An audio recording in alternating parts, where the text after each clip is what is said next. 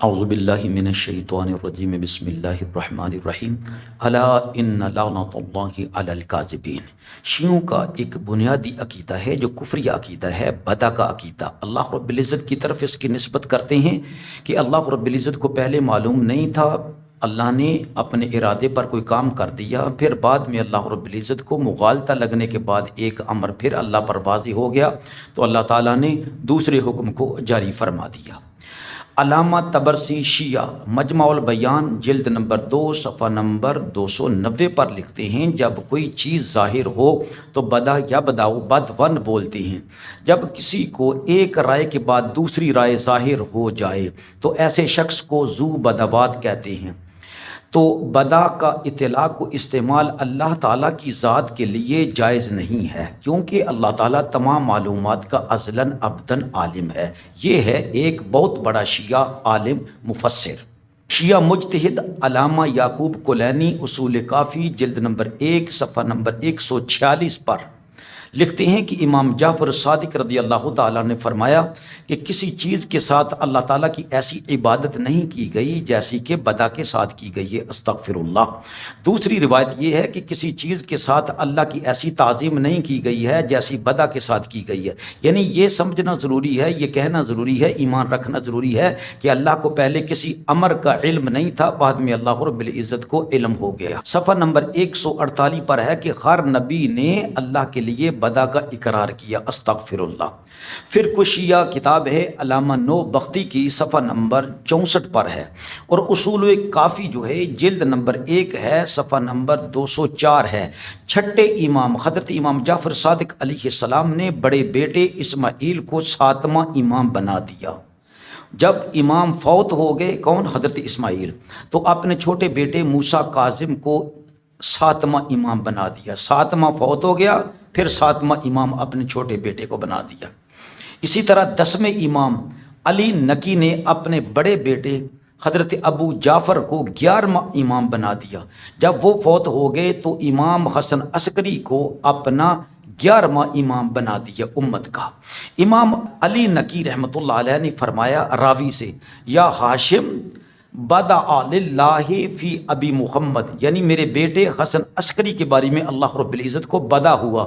لکھو یہاں پر کیا لکھو گے، بدا کا کیا ترجمہ کرو گے؟ مغالطہ نہیں کرو گے تو کیا کرو گے؟ یعنی اللہ کو مغالطہ ہو گیا میرے بیٹے حسن عسکری کے بارے میں بعد ابی جعفر، میرے بیٹے ابو جعفر کے انتقال کر جانے کے بعد، کما بدع لہ فی موسیٰ بعد مضی اسماعیل، جیسے حضرت امام جعفر صادق رضی اللہ تعالیٰ عنہ کے بڑے بیٹے اسماعیل کے گزر جانے کے بعد اللہ تعالیٰ کو موسیٰ کاظم رضی اللہ تعالیٰ عنہ کے بارے میں بدا لگا۔ بتاؤ یہاں پر مغالطہ نہیں ہو رہا تو کیا ہو رہا ہے؟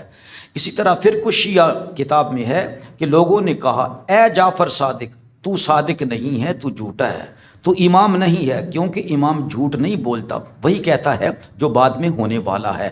وَحَكَمُوا عَلَى جعفر أَنَّهُ قَالَ إِنَّ اللَّهَ عَزَّ وَجَلَّ بَدَعَ لَهُ فِي إِمَامَةِ إِسماعِيل فَأَنْكَرُوا الْبَدَاءَ وَالْمَشِيَةَ مِنَ اللَّهِ قَالُوا هَذَا بَاطِلٌ لَا يَجُوزُ۔ ان لوگوں نے کہا کہ جعفر جھوٹ بولتا ہے، یہ کہتا ہے کہ اللہ تعالیٰ کو اسماعیل کی امامت میں بدا ہو گیا ہے، یعنی مغالطہ لگ گیا ہے۔ چنانچہ یہ لوگ اللہ تعالیٰ کے بدا اور مشیت کے منکر ہو گئے، حالانکہ بدا اور مشیت دونوں کو اکٹھا کرنا ہی نہیں چاہیے۔ بدا اور ہے، مشیت اور ہے۔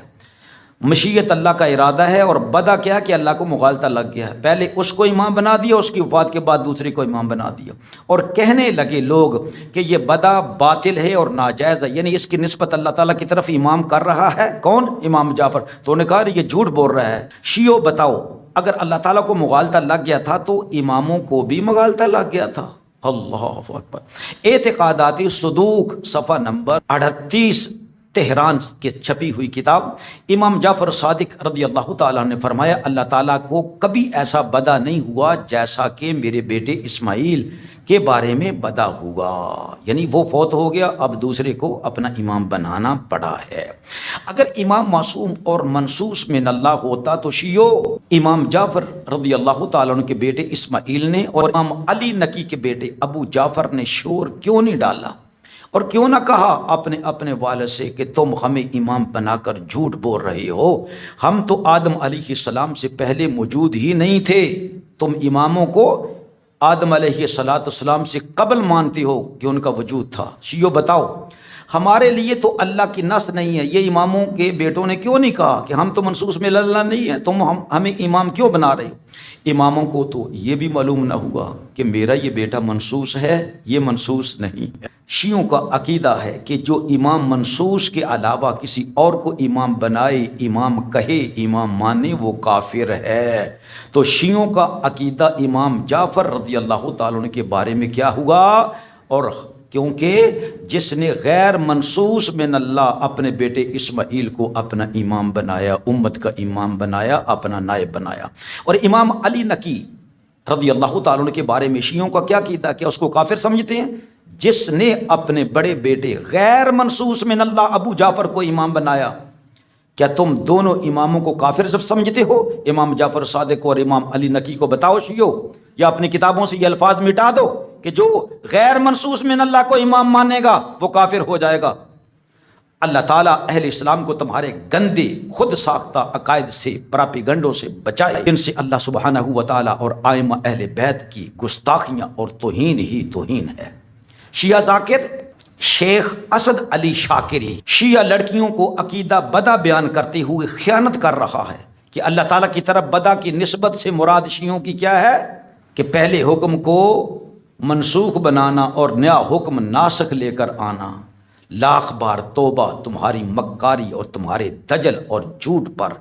کیا جعفر رضی اللہ تعالیٰ عنہ کے بیٹے اسماعیل کی امامت کو اللہ نے منسوخ کر دیا؟ استغفر اللہ، دیکھیں ان کا دجل۔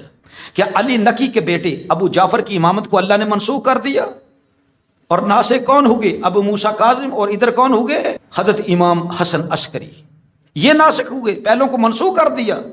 شرم نہیں آتی تم کو؟